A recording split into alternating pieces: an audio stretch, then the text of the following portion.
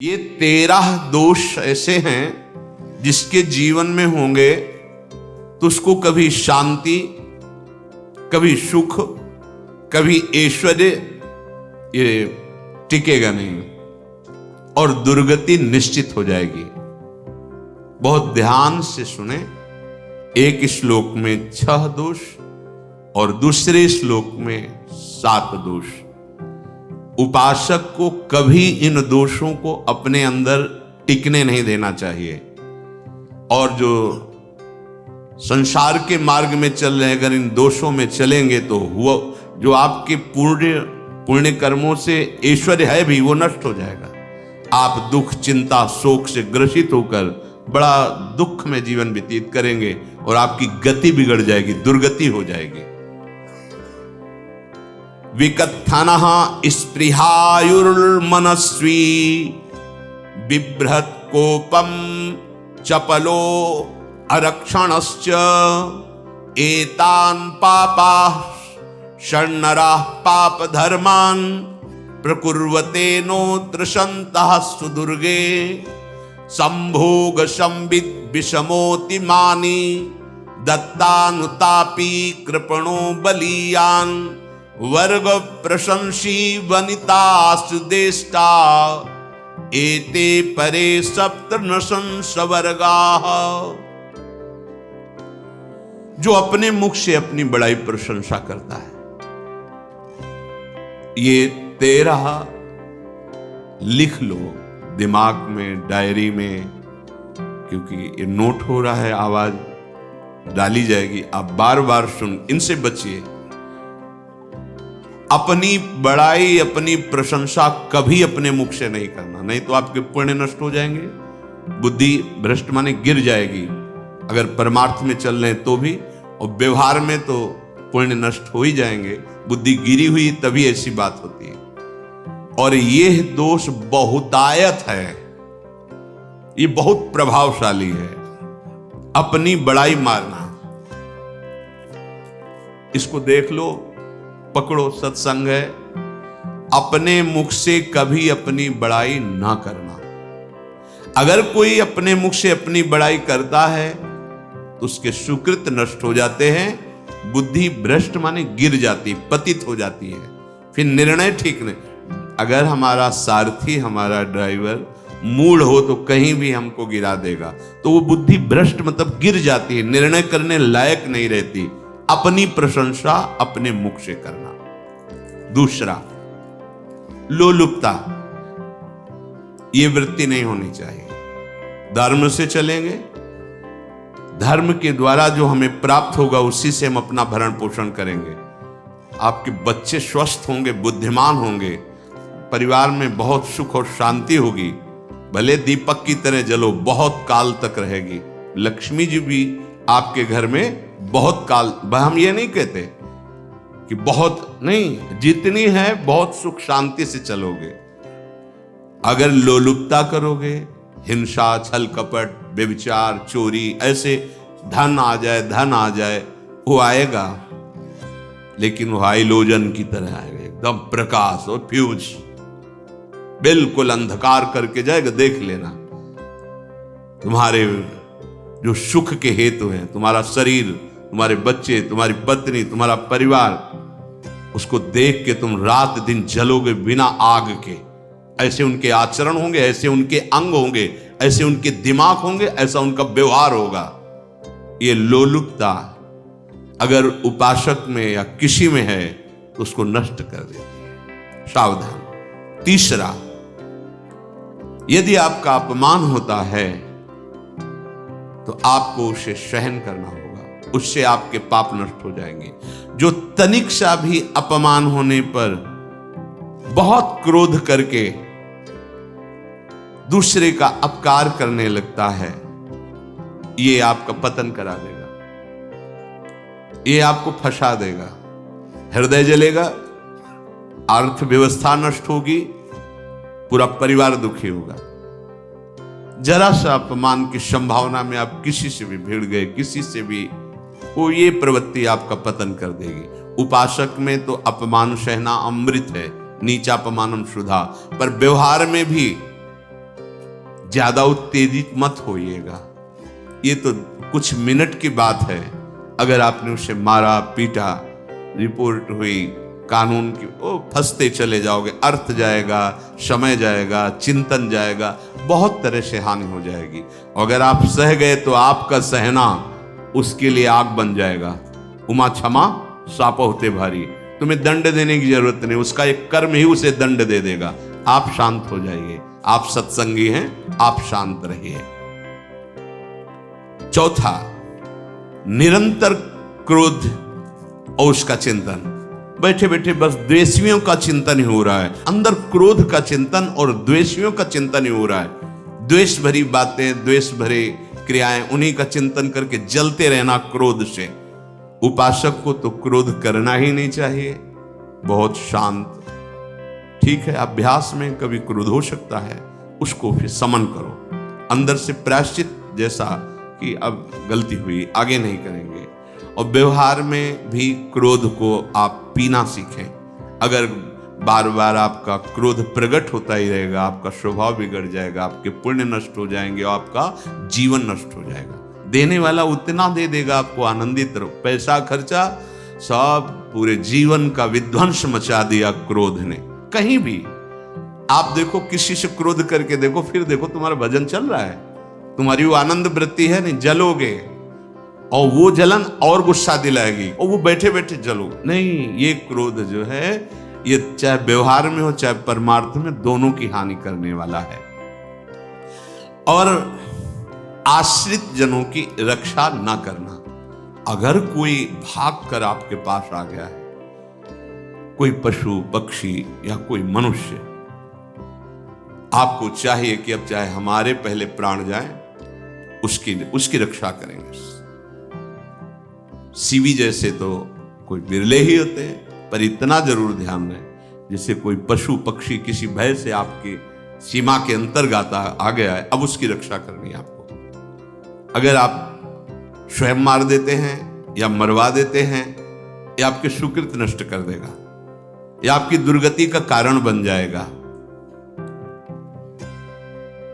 और जो पाप कर्म उत्साहित होकर करते हैं, उपासक को तो बहुत सावधान रहना चाहिए, पर व्यवहार में भी जो नहीं करना चाहिए, अगर वो पाप कर्म आपके द्वारा मन में प्रेरित हो रहे हैं, संकल्प बन रहा है, क्रियाएं हो रही, दुर्गति पक्की, पुण्य नष्ट हो जाएंगे, दुख अशांति बढ़ती चली जाएगी, कभी शांति नहीं प्राप्त कर पाएंगे। ऐसा नहीं कि जो मन में आवे सो करें। पापाचरण निडर और उत्साहित होकर करना, अगर ऐसे लक्षण हैं, निश्चित दुर्गति होती है। ये 6, अपनी बहुत बड़ाई करने वाला अपने मुख से, लोलुपता, तनिक से अपमान में सहन ना करने वाला, निरंतर क्रोधी और आश्रित जनों की रक्षा न करने वाला, और निडर हर्षित होकर पाप कर्म करने वाला। दूसरे श्लोक में 7 है, 6 7। 1, संभोग का ही चिंतन करना, संभोग में ही मन लगाना, संभोग दूसरी स्त्रियों के साथ करने की भावना रखना। संभोग, पहला है संभोग। रात दिन बैठे बैठे बस यही चिंतन करना, गंदी बातों का, गंदी बातें देखना, गंदी बातें सुनना, गंदी बातों का चिंतन करना। फिर अन्य माताओं बहनों के प्रति काम दृष्टि से देखना, कोई आ जा रही है तो दृष्टि से, काम भाव से देखना, भोग बुद्धि से देखना, निश्चित पुण्यनाश दुर्गति। बड़े बड़े उदाहरण इतिहास में हैं, जिन्होंने ऐसा दृश्य नेत्रों से देखने की चेष्टा की, मन में संकल्प किया भोगने का, नष्ट हो गए, चाहे वो कितने बड़े प्रतापी हो। ये दुर्योधन कोई साधारण थोड़ी है, भगवान व्यासदेव जी के द्वारा ही तो, भगवान व्यासदेव जी ही इसकी उत्पत्ति का कारण है। अब देखो, इतने महान पुलस्त जी ही उत्पत्ति का कारण है रावण के। बस यही ऐसे दोष हैं जिनके कारण जीव नष्ट हो जाता है। ठीक है, धर्मयुक्त काम भगवान ने आदेश किया है। आपका पाणी ग्रहण संस्कार हो गया है, संतानोत्पत्ति की भावना से कुछ पवित्र तिथियों का त्याग करते हुए चर्चा में हुई है। एक नियम है, एक आदेश है शास्त्र का। आप बहुत काम प्रवृत्ति वाले हैं तो प्रत्येक मास में जब माताएं बहनें पवित्र हो जाती मासिक धर्म से, तो जिनका पाणी ग्रहण आपने किया, जो पत्नी स्वरूप है, वो ठीक है। वहां भी बार बार के लिए व्यभिचार प्रवृत्ति के लिए शास्त्र आदेश नहीं करता, संयम पूर्वक, और उसका चिंतन नहीं करना। पाणी ग्रहण संस्कार है, घर में विराजमान है, एक संयम एक नियम के अनुसार उसका चिंतन तो फिर भ्रष्ट कर देगा। चिंतन प्रभु का करना है, चिंतन प्रभु की सेवा जो आपके कर्तव्य, इसके चिंतन से बचो। घातक है, बहुत बड़ा जहर है। अगर विषय चिंतन होने लगा तो मरोगे, जिंदा जलोगे, दुर्गति भी होगी। ये अंदर की जो आग है ना, कामाग्नि, ये इतनी बढ़ती चली जाएगी, तुम्हारे होश खराब हो जाएंगे कि मुझे क्या करना चाहिए, क्या नहीं करना चाहिए। कुआ मदांधो मदनातुरोमा, अंधा हो जाएगा, नहीं दिखाई देगा अनुजा तनुजा क्या है कौन है, कुछ नहीं, भ्रष्ट बुद्धि। संभोग का चिंतन नहीं। धर्मयुक्त काम आदेश है शास्त्र में। यदि आप प्रवृत्ति मार्ग में हैं तो अपनी पत्नी को जो पाणी ग्रहण स्वीकार किया है, वहां भी पवित्र तिथियों का त्याग करते गए। एकादशी है, रामनवमी है, नव दुर्गा है, जन्माष्टमी है, राधाष्टमी, जो पवित्र तिथियों का त्याग करते हुए, और ऐसे जो मर्यादाएं हैं उसके अनुसार। और कहीं पराई स्त्री के साथ संभोग की बात, निश्चित दुर्गति पक्की है। ऐसे ही माताओं के लिए है, स्त्री शरीर के लिए है। यदि वो ऐसी गलत चेष्टा, तो पतिवंचक परपति रति करई, रो नरक कल्पसत परई। ये भोग चिंतन से बचने की चेष्टा कीजिए तो क्रिया से अपने आप बच जाएंगे। क्रिया के पहले चिंतन होता है, चिंतन से ही क्रिया का आवेश आता है। चिंतन संभालिए, इसी से भगवत प्राप्ति होती है, चिंतन से, और इसी से दुर्गति भी होती है। अनन्यस चिंतयन्तु माम, भगवान चिंतन करे, मेरा करो, कर्तव्य कर्म मेरे को समर्पित करो। अब जब चिंतन संभोग का होगा तो बुद्धि भ्रष्ट हो जाएगी। ये जो राक्षसी प्रवृत्तियां सुनने को मिलती है ना, कि ऐसा हुआ, वो देखा सुना और चिंतन किए, अब इतनी राक्षसी वृत्ति आ गई कि बस अब उनमें और राक्षसों में कोई अंतर नहीं रह गया। दूसरा, विषमता रखने वाला, सबके साथ बर्ताव ऐसा कि मैं बहुत श्रेष्ठ हूं और दूसरे सब नहीं, ऐसा व्यवहार। सब भगवत स्वरूप है, समान व्यवहार। जैसे आपके भोजन है तो जो आप पा रहे हो वही सबको दीजिए। बैठने की व्यवस्था, उठने की व्यवस्था, क्रम बाय क्रम, पर उसको भी नीच भाव से मत देखिए। उस कोटि का उसको प्यार दीजिए, दुलार दीजिए, सम्मान दीजिए। इतनी विषमता न फैलाते रहे अपने जीवन में कि आप सबके निंदा के पात्र बन जाए। विषमता नहीं, सबको प्यार। हाँ ठीक है, पुत्र का अलग प्यार है, भाई का अलग प्यार है, पिता का अलग प्यार है, पर हमारा व्यवहार प्रीति युक्त होना चाहिए, विषमता भरा नहीं होना चाहिए। अगर हमारे चित्त में विषमता ही रही तो संसार है, प्रभु नहीं है। जीत विषम संसार कीर्ति जग बिस्तरे। जो विषमता पर विजय प्राप्त कर लेता है वही भगवत प्राप्ति का अधिकारी। ये विषमता बहुत बड़ी हानि है। तीसरी बात, अत्यंत मानी होना। जहां आपके प्राण कमजोर होंगे, पुण्य नष्ट होगा, आयुश्री सब नष्ट होना है, ऐसे आचरण करवाएगा गुरुजनों के साथ, महापुरुषों के साथ। ये बहुत नीच प्रवृत्ति है। अत्यंत मान प्रियता, मुझे सम्मान मिले, उत्तम प्रवृत्ति है। सबको मान देना, स्वयं अमानी रहना। चौथा, दान देने की बात कह के मुकर जाना या दान देकर पश्चाताप करना। दे दिया है, बहुत जल रहे हो, दूसरे से वार्ता कर रहे हो कि पता नहीं क्या यार बुद्धि में हो गया, हमने उसको इतना कहा था, उतना दे दिया, क्यों दे दिया, ऐसा मतलब अंदर चिंतन करना, क्यों दे दिया तो दिया।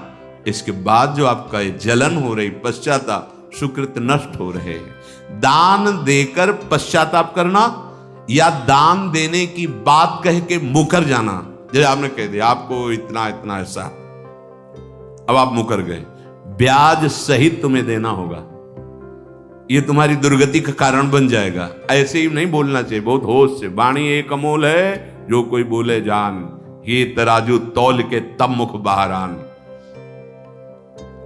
पांचवा, अत्यंत कृपण होना। ना परिवार को सुखी कर पा रहा, ना अपने को सुखी कर पा रहा है। एक एक सिक्का बैंक में जो मर गया। धन की वास्तविक गति यही है कि अपने परिवार को खूब उसकी अनुकूलता प्रदान करो, उसमें से कुछ हिस्सा किसी ऐसे को जिससे तुम्हें बदले में कुछ लेने की भावना ना हो।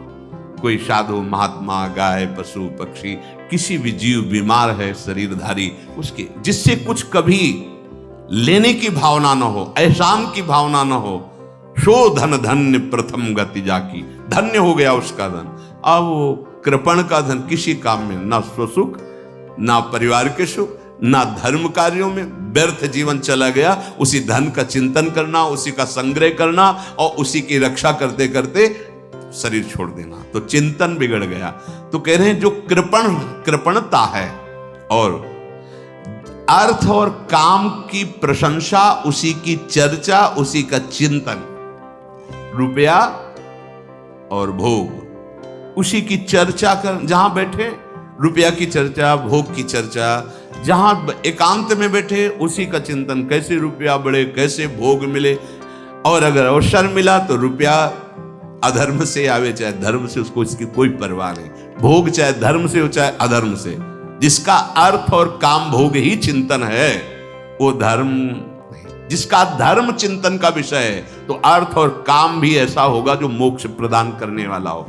धर्म, अर्थ, काम, मोक्ष। और जो बालक, स्त्री, पागल, असहाय, जो इनकी रक्षा न करके इनकी हानि करता है, दुर्गति निश्चित है। माना आपकी पत्नी है, उसका स्वभाव बिगड़ा हुआ है, क्रोधी है, कटु वचन बोल, लेकिन आपके ही प्रारब्ध के लिए, माना आपका पति ऐसा स्वभाव वाला है, पर आपके ही प्रारब्ध से तो संयोग बना है आकर, अब इसका निर्वाह कर ले जाओ तो पवित्र हो जाओगे दोनों। और अगर झगड़ा और लड़ाई और मारपीट और कहीं हिंसादि के रूप में उतर गए तो फिर और करनी बिगड़ गई। बालक है, आप उसको ज्ञान नहीं कि आप पवित्र है, कि आप पवित्र है, उसको ज्ञान नहीं कि आप उसके साथ व्यवहार अच्छा कर रहे हैं कि बुरा कर रहे हैं। रक्षा करनी है आपको, शोषण नहीं करना। कह रहे स्त्री, बालक और पागल, जिसे विक्षिप्त है, पागल है, आपको रक्षा करनी है। बन जाए तो उसको भोजन, ऐसा नहीं कि ईंट मारो, उसको अपमानित करो, उसकी बुद्धि खराब है, प्रारब्धवशात खराब हो गई है। तो शास्त्र आज्ञा करता है स्त्री, बालक, जैसे पागल, विक्षिप्त आदि हैं, असहाय है, असमर्थ है, बूढ़ा है, वो आप सेवा भी करो तो वो गाली दे सकते हैं, उनकी बुद्धि बिगड़ गई। आपको उनको दंड नहीं देना, मारना नहीं है आपको। मान लो आपके बड़े बूढ़े बुजुर्ग जन हैं, आप सेवा भी कर रहे हो तो आपको कटु वचन बोल सकते हैं, आपकी निंदा कर सकते हैं, लेकिन आपको उनके साथ व्यवहार सद करना है। अगर आपने इन दोषों को स्वीकार किया तो निश्चित आपकी दुर्गति होगी, ना इस लोक में आपको शांति मिलेगी ना परलोक में। इसलिए इन दोषों को बार बार सुन करके और हृदय में जांचो कि कहीं है तो नहीं, अगर है तो सत्संग, भजन बल, भगवत प्रार्थना के बल से इन दोषों का त्याग कर दो, जीवन मंगलमय हो जाएगा। शेष चर्चा